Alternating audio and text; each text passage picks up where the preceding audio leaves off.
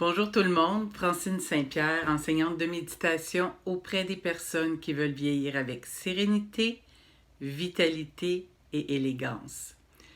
Aujourd'hui, je vous parle de respiration. La respiration qui peut nous sembler banale parce que c'est quelque chose qu'on a eu en naissant, on est arrivé avec la respiration. On va respirer tout au long de notre vie sans même y penser jusqu'à notre dernier souffle en fait. Et c'est automatique, donc souvent on n'en prend même pas conscience. Mais c'est aussi, la respiration, c'est quelque chose qui est affecté par tout ce qu'on vit, par nos émotions, par le stress. Vous avez qu'à observer quand vous êtes stressé comment la respiration devient plus superficielle.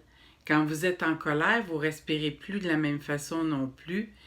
Et quand vous êtes en joie, c'est une autre façon de respirer aussi.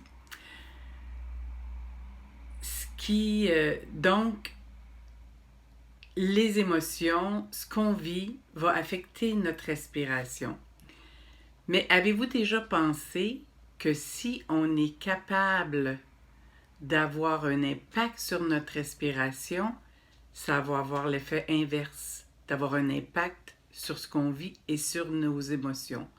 Donc, si je suis stressée, que je respire superficiellement et que j'en prends conscience et que je décide de respirer profondément, consciemment. Donc, consciemment, je me dis, bon, je suis stressée, je vais prendre des grandes respirations. Mais qu'est-ce qui va arriver?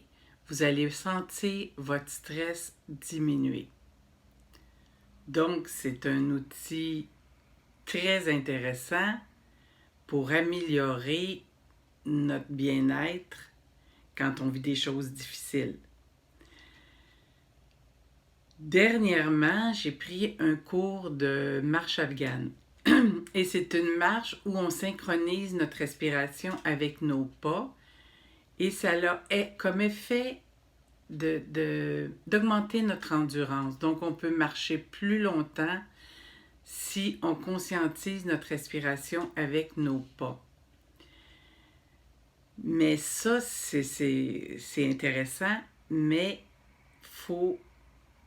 ce qu'il faut faire, c'est apprendre à devenir conscient de notre respiration.